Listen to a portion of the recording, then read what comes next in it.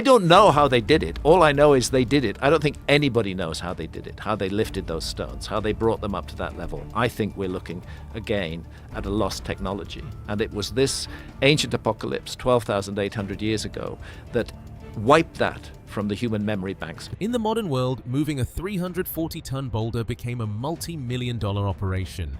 Engineers needed a custom transporter, nearly 200 wheels, police escorts, closed roads, permits, and months of preparation. The wider project cost about $10 million.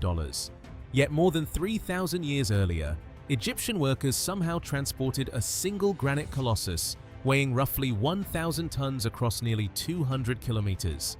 They had no diesel engines, hydraulic steering, steel cranes, computer models, or paved highways. And still, the shattered giant lies at its destination today, proving the journey was completed. When Grok AI placed the surviving clues beside the modern operation, the mystery began to look very different. Because the real question is not whether the Egyptians were strong enough. It is what they understood about weight, water, and control that allowed them to attempt the impossible. This is when it caught the attention of Elon Musk's Grok AI. The modern comparison began in February 2012, when a granite boulder started moving through Southern California after dark.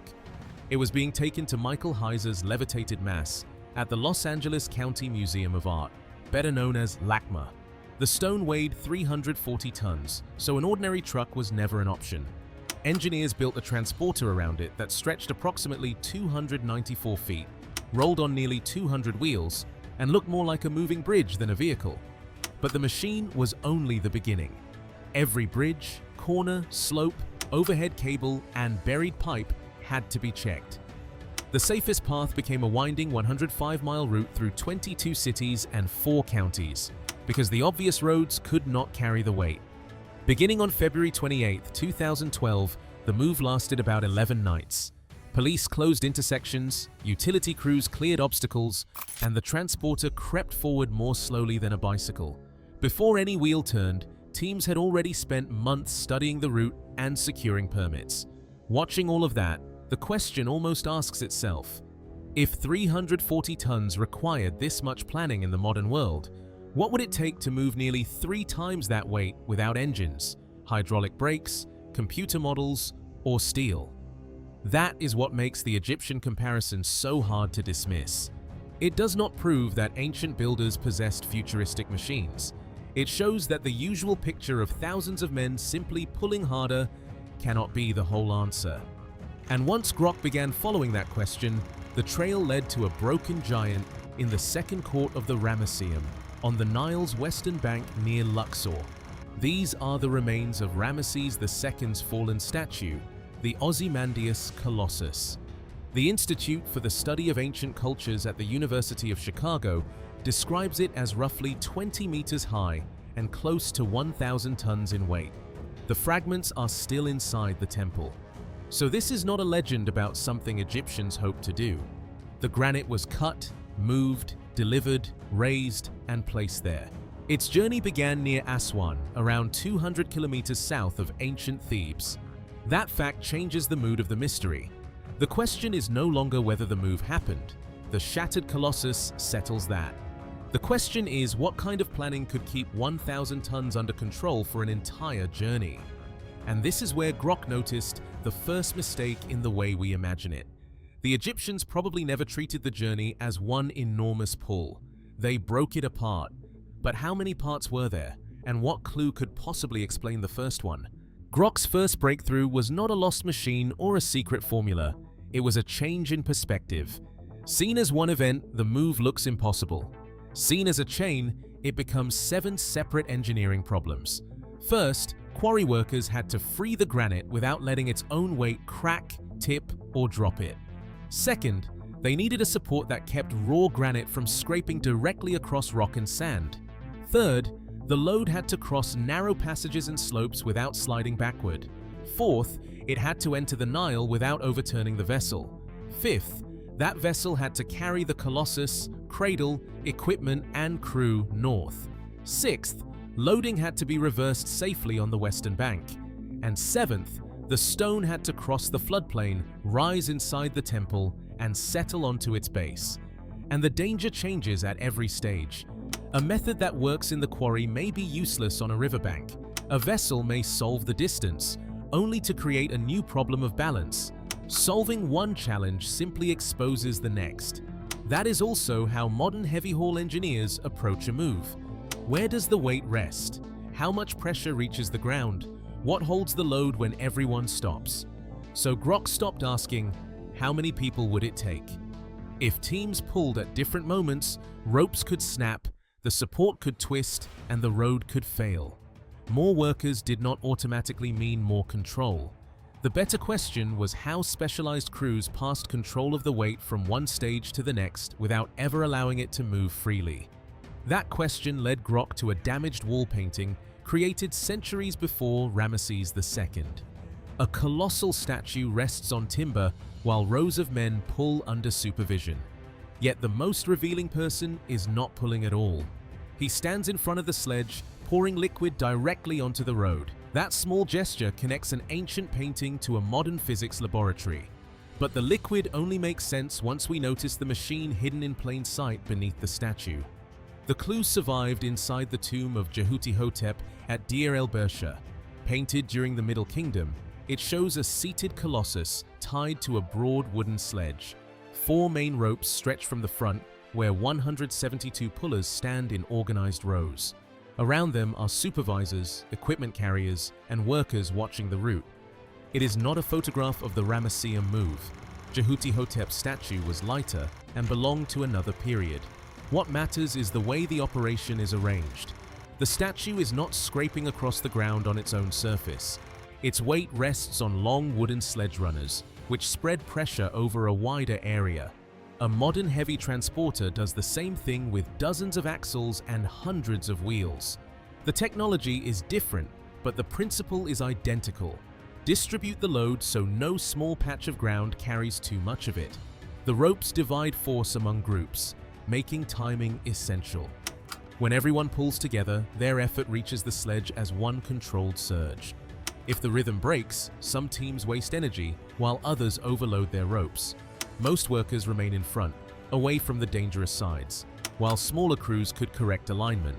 What looks like a crowd is actually a system of power, steering, timing, and road maintenance. Like the modern transporter, the sledge spreads weight, while people provide motion, coordination, and route maintenance. The painting begins to feel less like a celebration of brute strength and more like a record of procedure. Every person has a place because every action has to happen at the right moment. And then we return to the man with the jar. The water-pouring figure treats only the narrow strip the runners are about to cross. He stands exactly where a road worker would need to be. And suddenly, the strangest detail becomes the most important one. The road was not merely beneath the machine. The road was part of the machine. If the ground could be changed, the Egyptians could reduce wasted force. For a 1,000-ton load, that could decide whether the ropes moved the stone or snapped. A modern experiment would eventually explain why, but it would also expose the next danger, because a surface that helps a sledge move on level ground can become terrifying on a slope. The explanation did not come from another tomb. It came from a modern laboratory. In 2014, researchers published sliding friction on wet and dry sand in physical review letters, recreating the exact problem shown in the ancient painting. On dry sand, heavy runners sink into loose grains and push a mound ahead. The pullers fight both friction beneath the sledge and the ridge the load creates as it moves. Add the right amount of water, however, and the sand changes. Moisture forms tiny capillary bridges between grains, stiffening the surface so the runners sink less and the mound becomes smaller. Under the right conditions, the required force falls substantially. That is what makes the results so revealing. The workers were not changing the stone or inventing a stronger rope. They were changing the contact between the machine and the world beneath it. The amount matters. Too little leaves grains loose. Too much creates mud. The goal is not slipperiness, but firmness under pressure. Now Jehuti-Hotep's water pourer fits the operation. A crew could level a short section, remove loose material, add measured water, and compact weak spots before the next pull. For a mass approaching 1,000 tons, even a modest drop in resistance removed enormous strain from ropes and cradle. Workers carried water, inspected runners, replaced split timber, and prepared spare lines. The pullers were only the visible part of a much larger machine. At this point, Grok had a workable explanation for relatively level ground: spread the load, coordinate the force, and stiffen the surface.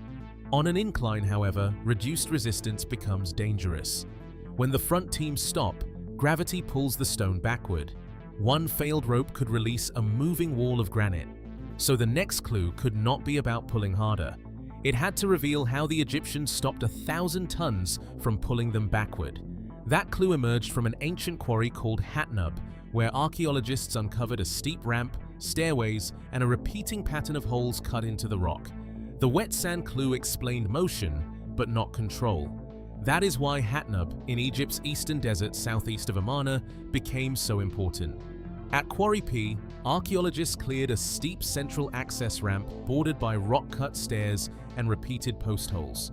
The Hatnub epigraphic project linked this strange arrangement to stone hauling during the time of Khufu. It was not the Ramesseum route, but it preserved something just as valuable, a method Egyptian engineers could use whenever a heavy load faced a slope. Posts set into the holes could become fixed control points. Ropes around anchored timber changed the pull angle, letting workers on the stairs apply force safely while another team held tension behind. And there is the missing connection. While one rope system created motion, another could hold tension behind the sledge and behave like an ancient brake. The front teams pull a short distance. The holding lines are secured. Workers reset and inspect the road. If a forward line weakens, the rear system arrests the load. This stop and reset rhythm may sound slow, but slowness was part of the design. A load that advances only when every team is ready never gathers the speed that turns a mistake into a catastrophe. Side ropes corrected drift before one runner crushed the road edge and tilted the cradle. A few centimeters corrected early could prevent a disaster. The principle was more important than raw strength. The stone moved in short, controlled increments. Every pause gave workers another chance to prevent disaster. The land system now connected. The sledge spread pressure, damp sand reduced resistance, pullers supplied power, and anchored lines provided restraint. But every extra kilometer multiplied the chance of broken timber, failed rope, or collapsed ground. A full 200-kilometer drag made no sense. The Nile could make the longest stage almost frictionless. But now, two new questions appear. Could Egypt coordinate an operation this large? And could any wooden vessel stay afloat beneath it? The first answer survives in the daily notes of an official named Inspector Mira. The first answer came from paperwork rather than stone. In 2013, archaeologists recovered papyrus fragments at Wadi El Jaf, an ancient Red Sea harbor. Dating to the end of Khufu's reign, they are among Egypt's oldest inscribed papyri. The pages record Mera's team transporting limestone from Tura to the Great Pyramid at Giza, noting supplies, waterways, and repeated journeys. Mera lived more than 1,000 years before Ramesses II and did not describe this colossus.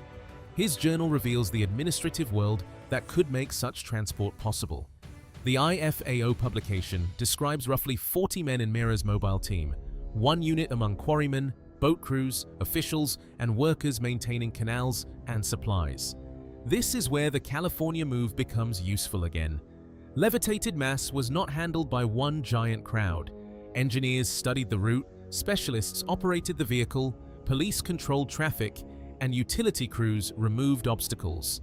Each group handled a different risk. Ancient Egypt could divide responsibility in the same way.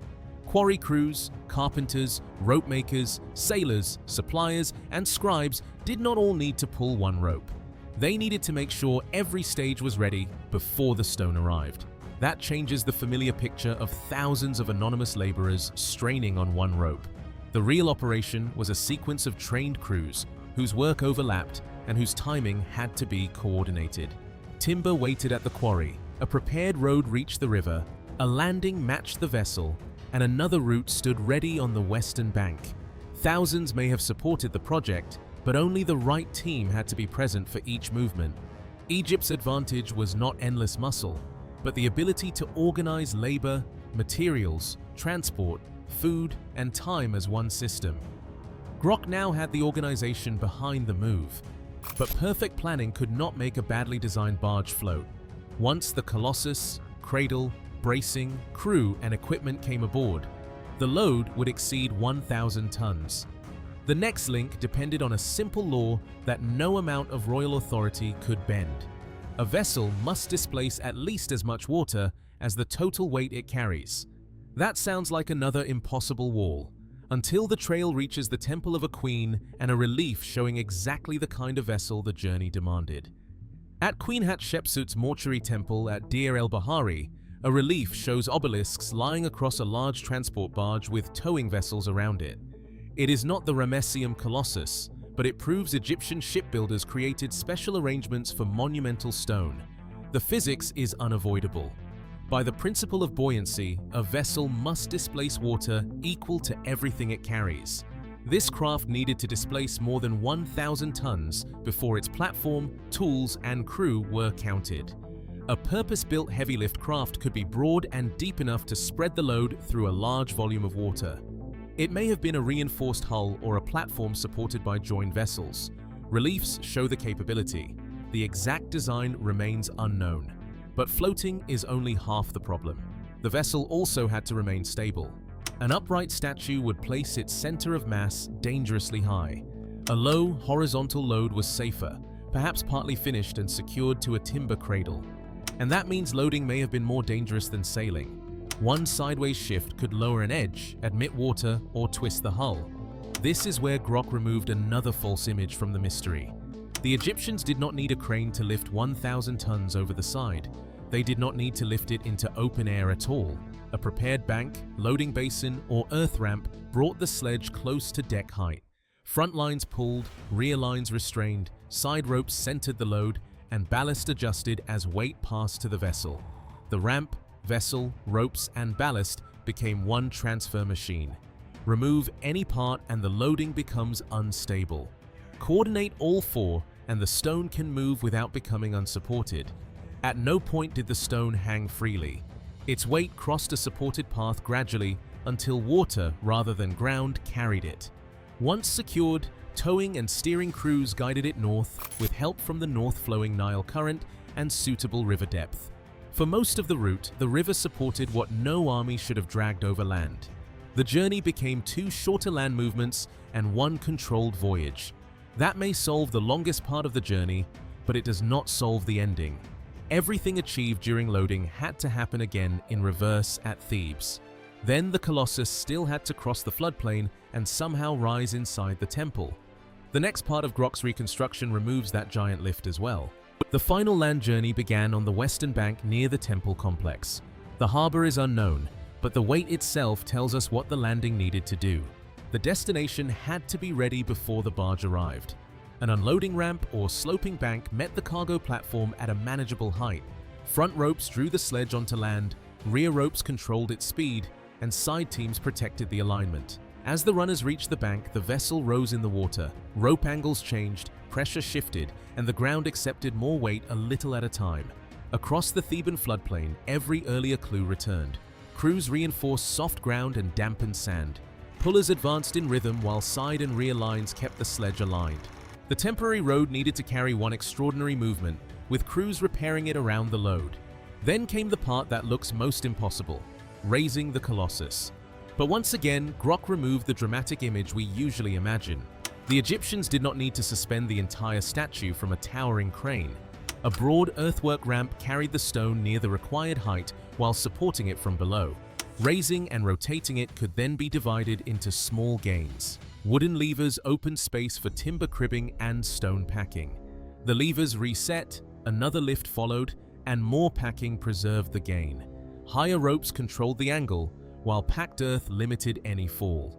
The secret is not how high each lift reached. It is that each gain could be protected. Support followed the stone upward, turning one deadly raise into a staircase of secure positions. It may have required hundreds of lifting cycles, but time was cheaper than failure, and each movement could be inspected. That follows a safety rule a modern engineer would recognize immediately. Never let the full weight depend on one rope, one lever, or one unsupported moment. At the final angle, the mass transferred onto its permanent stone base, and the temporary supports were removed in stages. No complete drawing survives, so the details remain a reconstruction. Yet the Colossus proves that a successful sequence connected vessel, road, ramp, and base.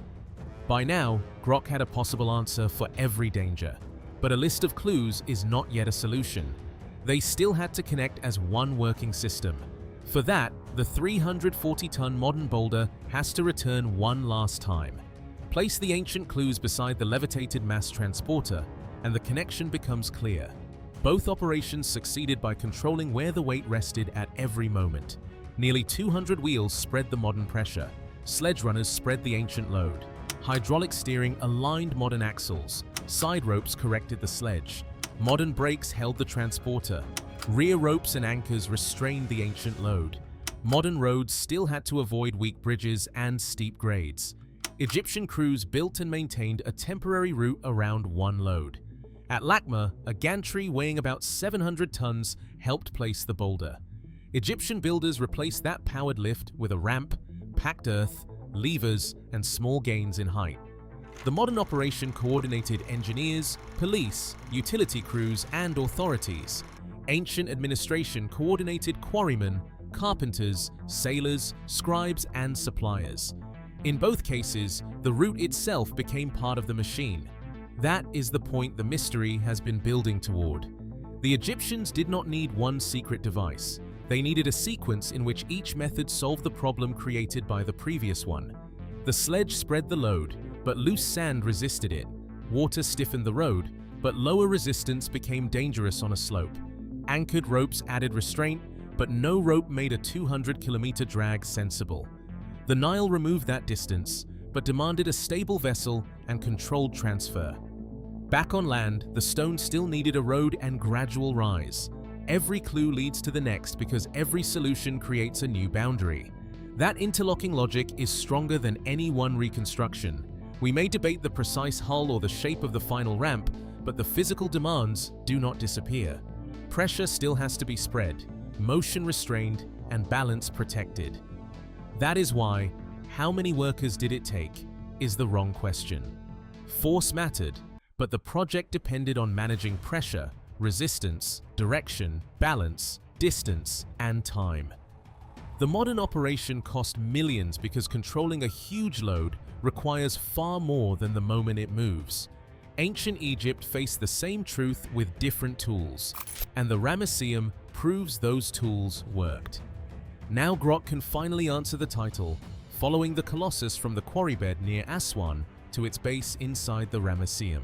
The final sequence begins near Aswan in the 13th century BCE. In Stage 1, quarry workers isolated the granite while leaving material to protect vulnerable parts. Before removing the last connection to the bedrock, they placed timber, stone, and packed earth beneath it.